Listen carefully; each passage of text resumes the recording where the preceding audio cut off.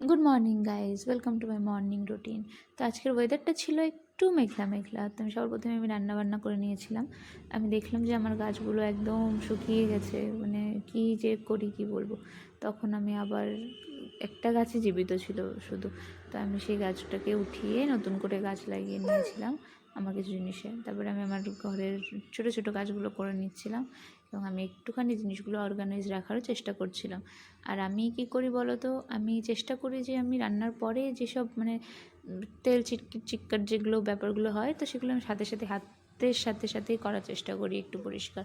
তাহলে পরে কি আমার একটা দিনে আমার কাজটা বাড়ে না, আমার একটু কম থাকে, আমি একটু রিল্যাক্সও করতে পারি।